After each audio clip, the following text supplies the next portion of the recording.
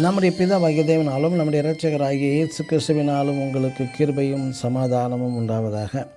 கிறிஸ்து இயேசுவுக்குள் அன்பான சகோதர சகோதரிகளை, இன்று நாம் தியானத்துக்கு எடுத்துக்கொள்ள இருக்கிறதான வேதவசனம் ஆதியாகம புஸ்தகம் 1ஆம் அதிகாரம் 28ஆம் வசனம். நீங்கள் பலுகி பெருகி பூமியின் மேல் நடமாடுகிற சகல ஜந்துக்களையும் ஆண்டு கொள்ளுங்கள். ஆமென். நமது சிருஷ்டி நாயகர் தமது சாயல் தமது சுரூபத்தின்படியே மனிதனை சிருஷ்டித்தார். அவனுக்கு இந்த பூமியை ஆளுகை செய்யவும் அதிகாரம் வல்லமை தந்தார். எப்படி ஆசீர்வதித்தார்?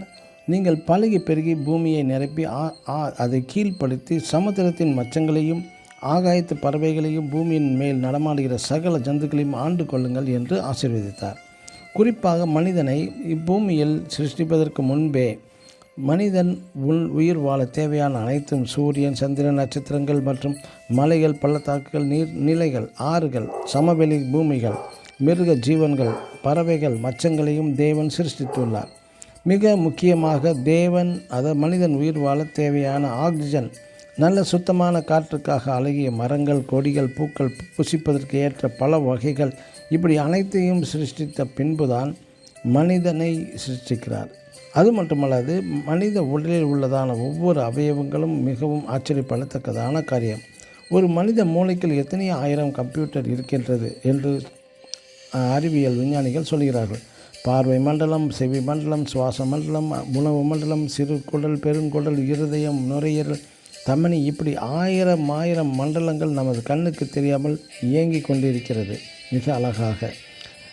இதை இயக்கும் கதாநாயகர் யார் என்றால் நமது சிருஷ்டி கர்த்தா தான். அதே தேவநாயக கர்த்தர் ஒருவரே.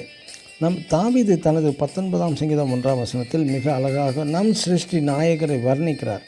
அதாவது வானங்கள் தேவனுடைய மகிமையை வெளிப்படுத்துகிறது, ஆகாய விரிவு அவருடைய கரங்களின் கிரியையை அறிவிக்கிறது. அப்பேற்பட்டதான் நம் சிருஷ்டி உலக நாயகரை நாம் அனுதினமும் நினைத்து போற்றி நன்றி செலுத்துவோமாக.